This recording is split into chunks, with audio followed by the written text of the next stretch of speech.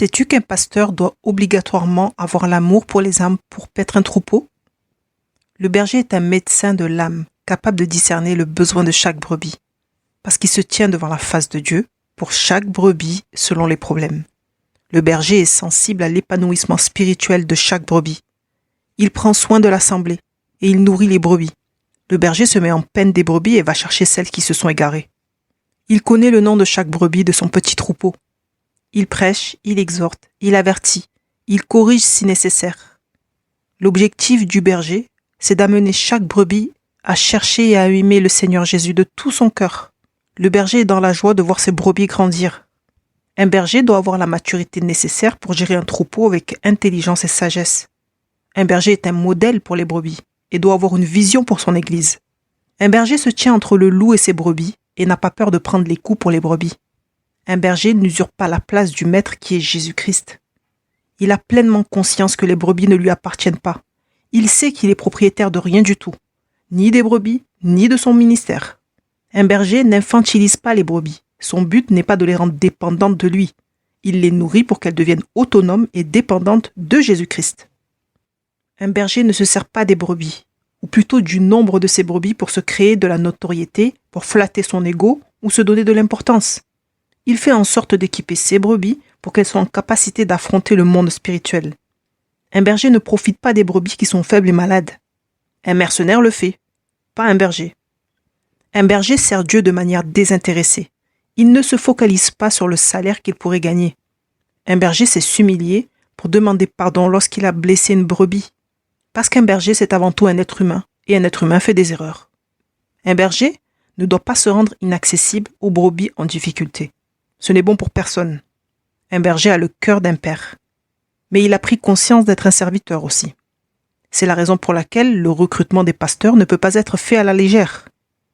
On ne consacre pas quelqu'un en tant que pasteur parce qu'il est sympa ou parce qu'on l'aime bien. On ne consacre pas quelqu'un à devenir berger parce qu'il a réussi ses examens papier seulement. On n'est pas en train de blaguer là. Il s'agit d'âmes précieuses dont un homme doit avoir la charge. 1 Timothée 3,1 nous dit « Cette parole est certaine. Si quelqu'un aspire à la charge d'évêque, il désire une œuvre excellente.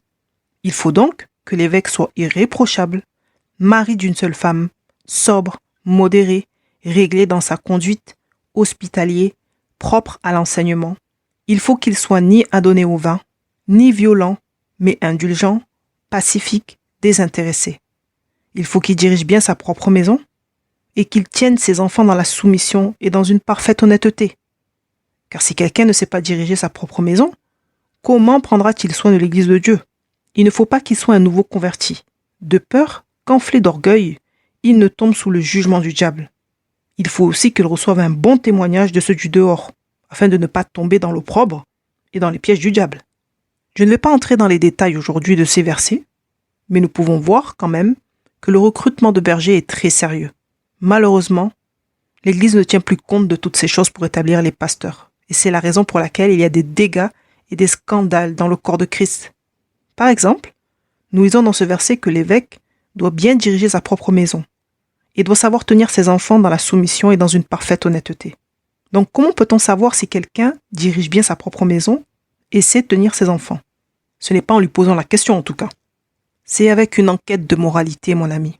Eh oui, il y a plusieurs années, les anciens disaient aux personnes qui voulaient devenir pasteurs « Bon écoute, nous on viendra chez toi cette semaine entre 9h, 12h ou 14h et 17h. » Et les anciens les plus sympas donnaient même le jour de leur arrivée. Et quand tu arrivais à l'improviste, on pouvait voir comment tu vivais, si ta maison était rangée, si les enfants étaient bien éduqués, obéissants, comment tu te comportais avec ton épouse. Ensuite, on questionnait les membres de la famille et les voisins pour savoir quel genre de personne tu es, à l'extérieur de ta maison, qu'est-ce que disent les voisins de toi. Et après toutes ces informations bien notées, le groupe d'anciens pouvait prendre la décision. Mais aujourd'hui, le recrutement se résume à 2 ans de fidélité à toutes les réunions avec investissement dans l'église, plus 2 ou 3 ans de stage, des papiers à remplir et 2 examens à passer, je crois, pour valider ton certificat. Ou alors, pour devenir pasteur, tu veux faire quelques années d'études bibliques et on te donne à la fin un diplôme. Et c'est comme ça qu'on se retrouve avec des bergers bizarres, immatures, méchants et intéressés, qui frappent et blessent les brebis du Seigneur et qui les dispersent. Parce que le recrutement n'est pas complet. ce n'est pas suffisant, malheureusement. Et le plus triste, c'est qu'une fois le certificat en main, la plupart des églises laissent les jeunes pasteurs tout seuls, sans suivi, pour diriger des assemblées. Du coup, chacun fait avec ce qu'il a et ce qu'il a appris. Et c'est comme cela que nous nous retrouvons avec des pasteurs qui ont été malmenés durant leurs 2 ans de stage ou 3 ans de stage par des mentors qui étaient méchants et qui eux-mêmes sortent de leur stage blessés et qui vont aller blesser encore d'autres brebis parce qu'ils n'ont pas été guéris entre-temps. C'est dramatique, mon ami, c'est dramatique. Alors déjà que le résultat n'est pas toujours réjouissant lorsque les bergers sont en règle avec les choses de Dieu, alors quand Dieu n'est pas dans l'affaire, c'est le drame. Ce travail de berger est trop dur pour placer des gens sans les éprouver. C'est trop dur, c'est trop dur.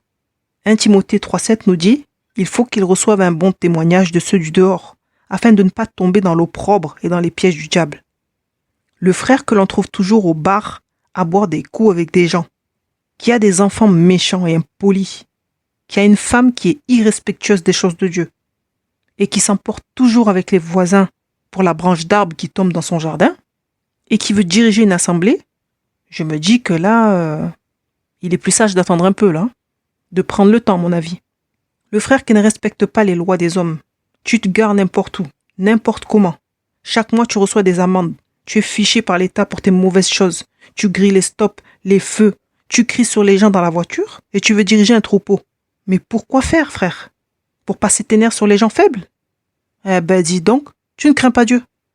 Aussi, un berger ne dirige pas les brebis par la peur, en leur disant « Si vous dites des choses contre un pasteur, vous allez mourir. » Mais ça, c'est quoi ça? Ça, c'est quel genre de discours? Au lieu de menacer les gens, il est intéressant de se remettre en question pour savoir pourquoi les fidèles disent des choses, pourquoi les fidèles se plaignent de leur pasteur. Tenir les gens par la peur, ce n'est pas de l'amour. Si on va par là aussi, dans ce cas, le pasteur qui parle mal d'un vrai prophète va mourir aussi. Pourquoi en France, certaines dénominations ne travaillent même pas avec les prophètes et les apôtres parce qu'ils ne les reconnaissent pas du tout? Et même, ils les jugent, ils se moquent d'eux, ils les critiquent, alors que mal parler d'un vrai prophète ou d'un apôtre, c'est dangereux aussi, mon ami, que tu sois pasteur ou pas. C'est dangereux. La dernière fois qu'un pasteur a effrayé les brebis en disant qu'elles devaient arrêter de se plaindre de lui, parce que sinon elles allaient mourir, c'est lui qui est mort 2 jours après. Pourtant, je l'avais prévenu. Mais comme j'étais la femme de ménage de l'église, ma parole à ses yeux ne valait rien du tout. Donc, il n'a pas considéré l'avertissement.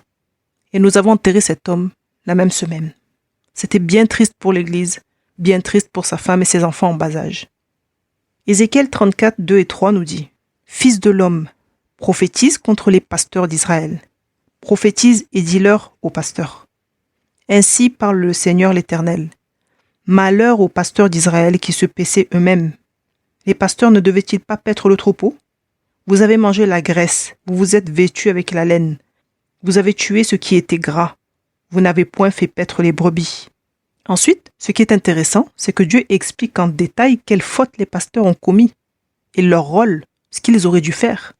Ézéchiel 34, 4 à 6. Vous n'avez pas fortifié celle qui était faible, guéri celle qui était malade, pansé celle qui était blessée. Vous n'avez pas ramené celle qui était égarée, cherché celle qui était perdue, mais vous les avez dominées avec violence et avec dureté. Elles se sont dispersées parce qu'elles n'avaient point de pasteur. Elles sont devenues la proie de toutes les bêtes des champs. Elles se sont dispersées. Mon troupeau est errant sur toutes les montagnes et sur toutes les collines élevées. Mon troupeau est dispersé sur la face du pays. Nul n'en prend souci, nul ne le cherche. Est-ce que tu vois à quel point c'est sérieux de diriger un troupeau? Faut même pas blaguer avec ça. Donc ici, nous pouvons bien comprendre que le berger doit fortifier les brebis, guérir les malades, panser leurs plaies et aller chercher les brebis égarées, les rétrogrades. Et pas se fâcher avec eux parce qu'ils sont partis de l'église. Ça, c'est de l'immaturité. Ah ils sont partis de l'église, je leur parle plus. Tu es un bébé, toi. Je te cause plus.